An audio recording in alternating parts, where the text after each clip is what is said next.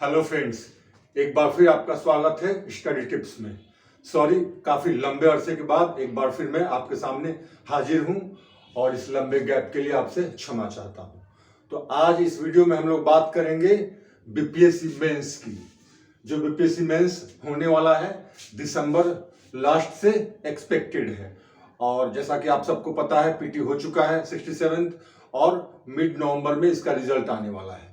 तो यहाँ इस वीडियो में हम चर्चा करेंगे इतिहास की। इतिहास एज ए ऑप्शनल, कहने का मतलब ये कि जिन लोगों ने इस 67वें बीपीएससी पीटी को लिखा है उनमें कई लोग हैं जिन्होंने इतिहास विषय को अपने ऑप्शनल के रूप में चूज किया होगा।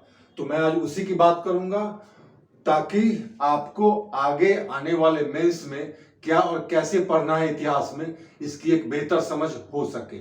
और इसी संदर्भ में मैंने अभी फिलहाल जो प्रीवियस ईयर्स पेपर है 5 साल के हिस्ट्री के मेंस के, मैं उन पर चर्चा करूंगा कि इन 5 सालों में किस किस टॉपिक पर किस तरह से प्रश्न पूछा गया है, उसमें क्या ट्रेंड है, और आपको इस बार 67वीं मेंस की परीक्षा में हिस्ट्री मेंस के लिए क्या पढ़ना है।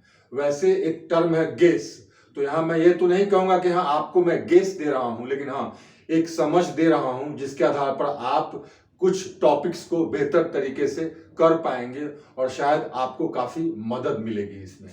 तो आइए देखते हैं, जरा एनालिसिस कर ले कि हिस्ट्री ऑप्शनल में पिछले 5 वर्षों में किस किस टॉपिक से प्रश्न पूछे गए हैं। यहां बाय द वे मैं एंशिएंट की बात कर रहा हूं। मैं बारी बारी से एंशिएंट, मिडिवल, मॉडर्न और वर्ल्ड, इन 4 चीजों को लेकर चलूंगा और चारों के लिए अलग अलग वीडियो बनाऊंगा ताकि आपको क्लैरिटी हो कि एंशिएंट में हमें कौन कौन से टॉपिक्स, मिडिवल, मॉडर्न और वर्ल्ड में कौन कौन से टॉपिक्स पे विशेष ध्यान देना है। अब आइए देखते हैं क्या है। तो सबसे पहले आते हैं 60वीं से 62वीं।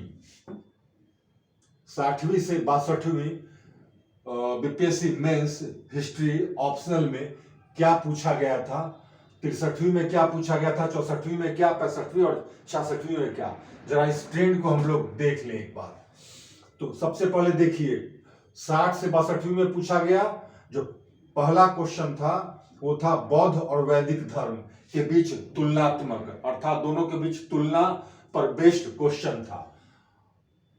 अगले साल इन्होंने सिंधु सभ्यता के नगर नियोजन को ये सेलेक्ट किया क्वेश्चन के लिए। फिर 64वीं में थोड़ा सा ऑड मैन आउट क्वेश्चन था, भारत विविधता में एकता, जो कहीं ना कहीं इतिहास से जुड़ा है लेकिन थोड़ा सा ऑड क्वेश्चन था, जो आमतौर पे सबको लगा और लगेगा कि यह सिलेबस से बाहर की चीज है।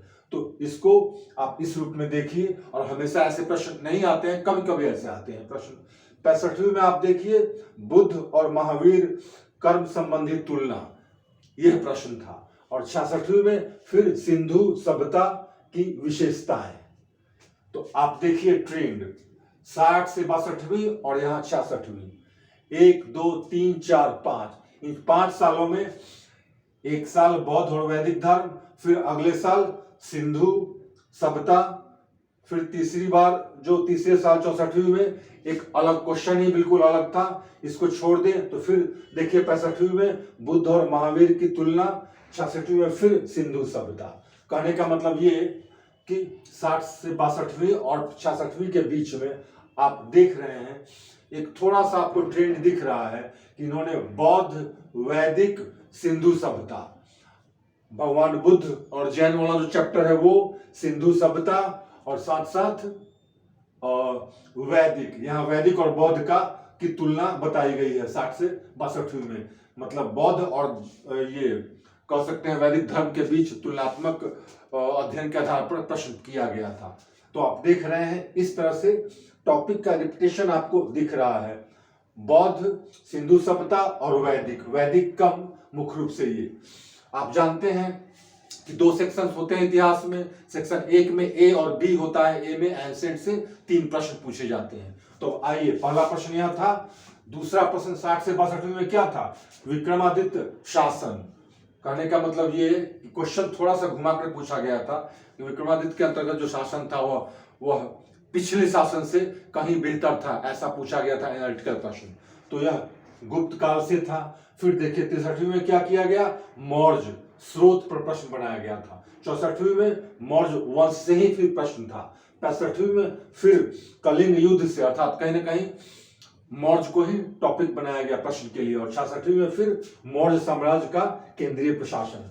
तो एक दूसरी बात जो निकल कर आती है वो ये कि जो एक भ्रांति है कि इस टॉपिक से अगर इस साल प्रश्न पूछा गया है तो अगले साल उस टॉपिक से नहीं पूछा जाएगा, यह ऐसा कोई नियम नहीं है, ऐसा कुछ भी नहीं है। अगर इस टॉपिक से एक बार प्रश्न पूछा गया है, अगले साल उस टॉपिक से भी प्रश्न फिर पुनः पूछा जा सकता है। हो सकता है क्वेश्चन बदल जाए। इसका स्पष्ट एग्जाम्पल है 60 से 62वीं में गुप्त काल को चूज किया गया।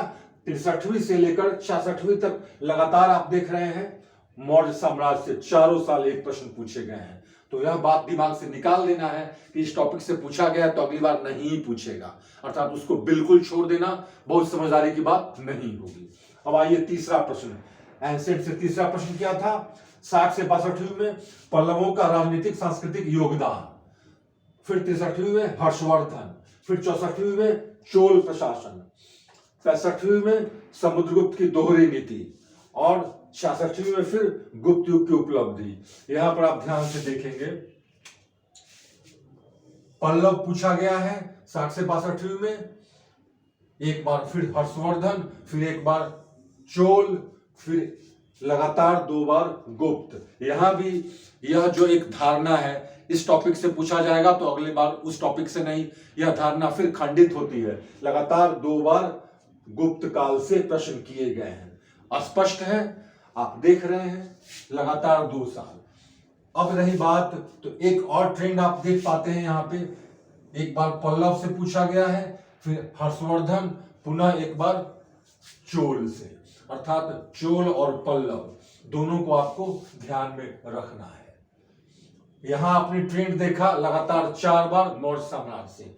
यहां आपने ट्रेंड देखा बौद्ध से, सिंधु सभ्यता से, मुख्य रूप से कभी बुद्ध महावीर की तुलना, कभी सिंधु सभ्यता को रिपीट किया गया और कभी कभी वैदिक सभ्यता से तुलनात्मक। तो ये 5 साल का हिस्ट्री मेंस में, हिस्ट्री ऑप्शनल में, मेंस में, बीपीएससी मेंस में इस तरह से ये बन रहा है एक ट्रेंड, जो बहुत इस्टेब्लिश्ड ट्रेंड तो कहीं से नहीं दिख रहा है, लेकिन फिर भी कुछ बातें निश्चित रूप से क्लियर इससे होती हैं। आइए इससे क्या कंक्लूजन निकलता है और आपको किन टॉपिक्स पर ध्यान देना चाहिए, कैसे पढ़ना चाहिए, थोड़ी सी इसकी भी चर्चा कर ले। तो मैं इसको जरा मिटाता हूं। अब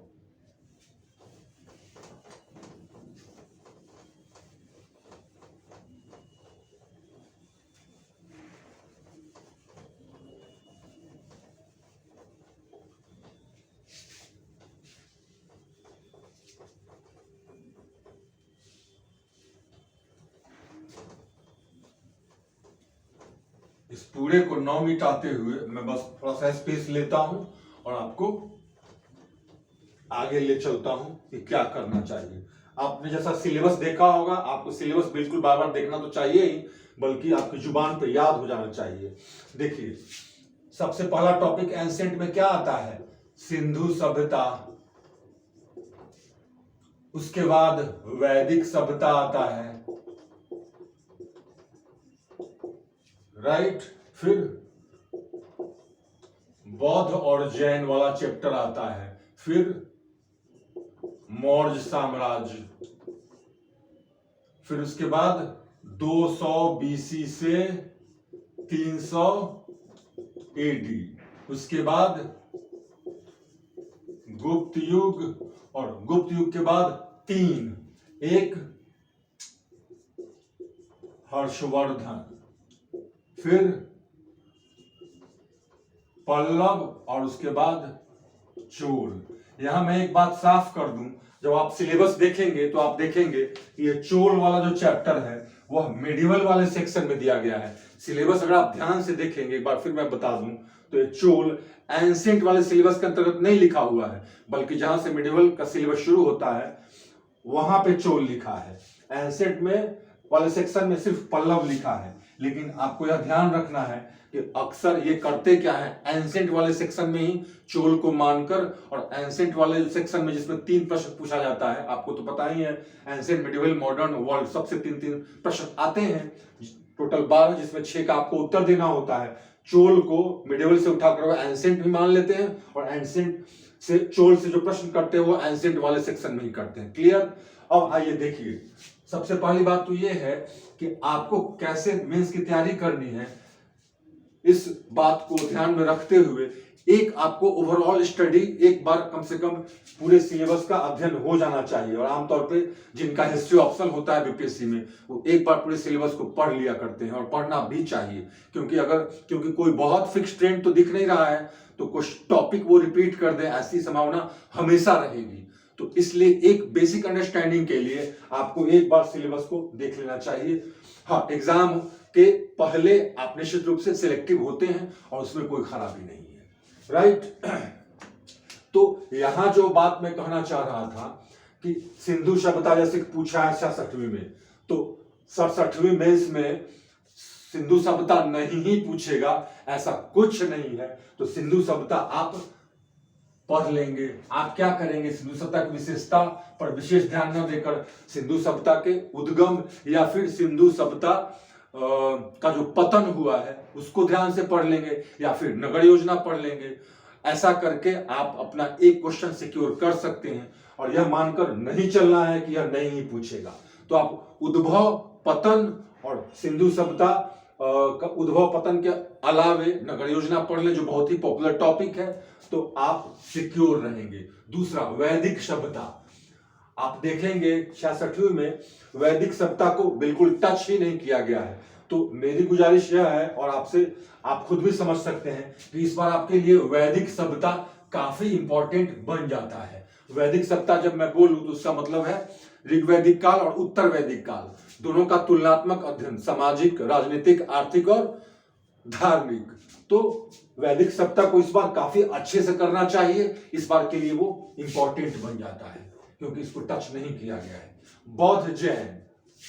बौद्ध जैन को भी पिछली बार 66वीं में टच नहीं किया गया। आप देख रहे हैं मौर्य साम्राज्य, सिंधु सभ्यता और गुप्त कला उपलब्धि, यह पूछा गया है। तो बौद्ध जैन वाला टॉपिक आपके लिए भी काफी इंपॉर्टेंट बनता है। थोड़ा सा फिलोसॉफिकल है, लेकिन फिर भी कैसे इन धर्मों की उत्पत्ति हुई, उस समय क्या स्थिति थी, क्या लोहे की इसमें भूमिका थी, वगैरह वगैरह, इसमें यह ऐसा टॉपिक्स है। 2-3 अच्छे प्रश्न इसमें बनते हैं।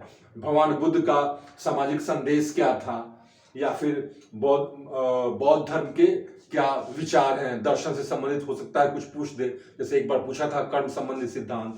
तो आपके लिए बौद्ध जैन, खासकर बौद्ध, यूजुअली बौद्ध से प्रश्न पूछे जाते हैं। वैदिक इंपॉर्टेंट बनता है आपके लिए, इस बार बौद्ध वाला टॉपिक भी इंपॉर्टेंट बनता है। आप देख रहे हैं मौर्य साम्राज्य लगातार 4 साल पूछा है, पिछली बार भी पूछा गया केंद्रीय प्रशासन। तो एक साधारण समझ आपको मौर्य साम्राज्य का होना चाहिए, और खासकर अशोक को आप ध्यान से देख लेंगे, पूरे मौर्य साम्राज्य को नहीं देखेंगे, अशोक को एक सरसरी निगाह से आप देख लेंगे। कौन जाने फिर अगली बार पूछ दे, लगातार 4 सालों से मैंने अभी बताया मौर्य साम्राज्य को टच कर रहा है ये। तो अशोक को लेकर हो सकता है एक प्रश्न आ जाए, तो एक अशोक को केंद्र में रखते हुए आप मौर्य साम्राज्य को इस बार देख लेंगे। अशोक की नीतियां, धर्म संबंधी नीति या उसके कल्याणकारी कार्य, ऐसे कुछ 2-3 प्रश्न उससे बनते हैं, और आसान और अच्छे प्रश्न बनते हैं। अब आइए, मैंने क्या कहा, वैदिक और बौद्ध जैन, खासकर बौद्ध, ये 2 आपके लिए मोस्ट इंपॉर्टेंट बनता है। अब रही बात 200 BC से 300 AD के बीच की बात, सेंट्रल एशिया से जब आक्रमण हुआ है भारत पर, यह टॉपिक इस बार आपके लिए काफी इंपॉर्टेंट है। निश्चित रूप से मध्य एशिया का क्या प्रभाव पड़ा भारत पर, मध्य एशिया से संपर्क का क्या प्रभाव पड़ा, सीधा सीधा प्रश्न बनता है, क्योंकि आपके सिलेबस में भी यही वाक्य लिखा हुआ है। उसके अलावे आप इस दौरान जो भारत रोम व्यापार है उसको ध्यान से देखेंगे, इस बार के लिए वह इंपॉर्टेंट टॉपिक बनता है। बल्कि यूं कहा जाए कि वैदिक और बौद्ध के बाद 200 BC से 300 AD के बीच का जो टॉपिक है आपका, इससे बहुत सारे प्रश्न नहीं बनते, इसलिए घबराने की बात नहीं है। लेकिन हाँ, ये टॉपिक आपको अच्छे से करना है। मध्य एशिया से संपर्क का प्रभाव, या फिर आप कह सकते हैं भारत रोम व्यापार। इसको आप अच्छे से कर लेंगे, यह काफी इंपॉर्टेंट बनता है 67वीं बीपीएससी मेंस के लिए। अब आइए गुप्त युग। तो अभी आपने देखा गुप्त कला उपलब्धि पूछ चुका है। इससे पहले मैंने बताया है, पूछा था समुद्रगुप्त की दोहरी नीति, लगातार 2 साल से पूछ रहा है। तो एक ओवरऑल स्टडी, आप एक ओवरऑल अध्ययन गुप्त युग का कर लेंगे तो इसमें कोई खराबी नहीं है। अब आइए हर्षवर्धन, पल्लव और चोल, ये काफी डिसाइडिंग है आपके लिए। और आप देख रहे हैं पिछली बार इसमें से किसी को टच नहीं किया गया है, राइट। तो इसके लिए मैं यह कहूंगा, आप सेफ साइड लेने के लिए पल्लव और चोल इन दोनों को अच्छे से कर सकते हैं, क्योंकि आप जैसा देख रहे हैं ट्रेंड, एक बार पल्लव तो एक बार चोल या फिर हर्षवर्धन।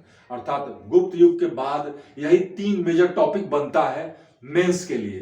तो उस हिसाब से अगर आप पल्लव और चोल कर लेते हैं तो आपका एक क्वेश्चन पकड़ में आ जाने की संभावना बहुत ज्यादा रहेगी। और जैसा मैंने कहा, ओवरऑल अपने सिलेबस का एक अध्ययन तो आपको कर ही लेना चाहिए। अभी तो पीटी का रिजल्ट आना बाकी है, कम से कम 20 दिन लगेगा आने में।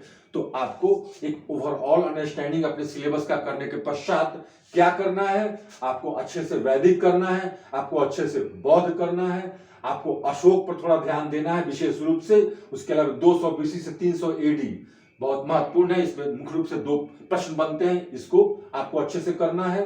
गुप्त युग को सरसरी निगाह से देखना है, लेकिन मुख्य रूप से आपको पल्लव और चोल इसको बहुत अच्छे से करना है। तो एक बार फिर मैं इसको समराइज करता हूं, वैदिक, बौद्ध, 200 बीसी से 300 एडी के बीच का पीरियड, पल्लव और चोल, 1 2 3 4 5 टोटल हुए 5 टॉपिक।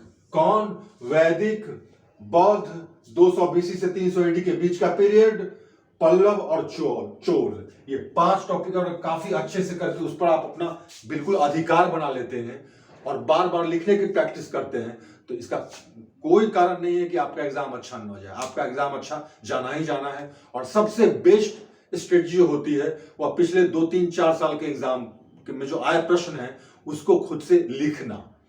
बाकी बातें मैं बाद में करूंगा, लेकिन फिलहाल आपको इतना करना है। और एंसेंट के लिए आपको कौन कौन सी पुस्तक पढ़ना चाहिए और कैसे पढ़ना चाहिए, इस पर मैं एक नया वीडियो फिर लेकर आऊंगा।